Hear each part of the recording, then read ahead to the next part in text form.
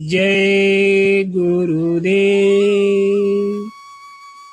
बाबा जय गुरुदेव जी महाराज ने कहा कि सूरत प्रार्थना करती है, आपका दिव्य रूप कैसा है।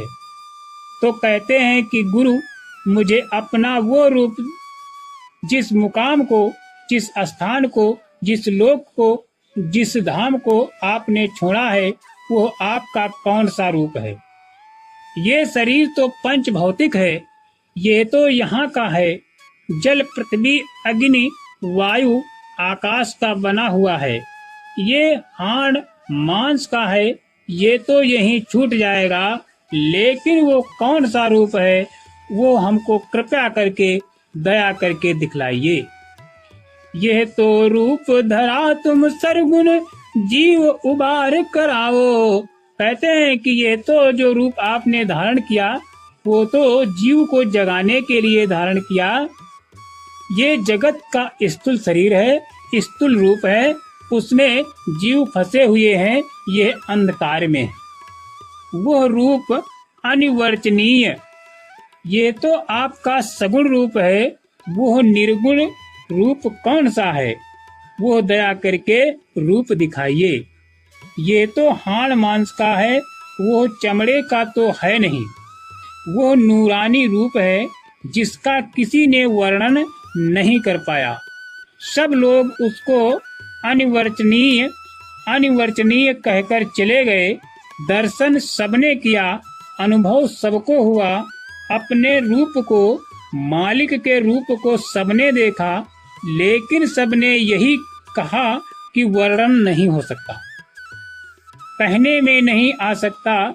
लंबाई, चौड़ाई, ऊंचाई उसकी वर्णन नहीं की जा सकती। वो सुंदरों का भी सुंदर है। यह रूप तो सगुण है, लेकिन वो निज रूप जो है, वो दया करके दिखा दीजिए। रूप तुम्हारा अगम अपारा, सोई अब दर्शाओ। कहते हैं वो रूप जो अगम और अपार है, वो दर्शाइए, उसका दर्शन कराइए, दीदार कराइए। ये उन जीवात्माओं की जो घाट पर बैठ जाती हैं और रस लेने लगती हैं, उनकी ये प्रार्थना है। उस रूप का दर्शन कराइए। ये तो सर्व रूप है, आज है कल नहीं रहेंगे, कल आप नहीं रहेंगे। लेकिन वो कौन सा रूप है जो हमसे मिल जाएगा, हम उसमें मिल जाएंगे, न हम उसको छोड़ेंगे न वो हमको छोड़ेगा। वह रूप जो अगम अपार है, उसका दर्शन कराइए, वो दिखलाइए। देखूं रूप मंगन हूँ बैठो, अभय दान दिखलाओ। कहते हैं कि हे गुरु, ऐसा अभय दान दे कि निज स्वरूप का दर्शन हो जाए, निश्चित हो करके बैठ जाएं। कोई चिंता किसी प्रकार की न रहे कि अब कुछ करने को बाकी रह गया। जब उस रूप का दर्शन होता है, तब यहाँ स्थूल रूप, अंदर में जब चलोगे तो लिंग रूप, सूक्ष्म मंडल में जाएंगे तो सूक्ष्म रूप, कारण मंडल में जाएंगे तो कारण रूप, और कारण से भी परे जाएंगे सूरत का अपना रूप। कहते हैं कि वो धाम मिल जाएगा तो निश्चिंत और अभय, तो हमको डर कोई प्रकार का नहीं है।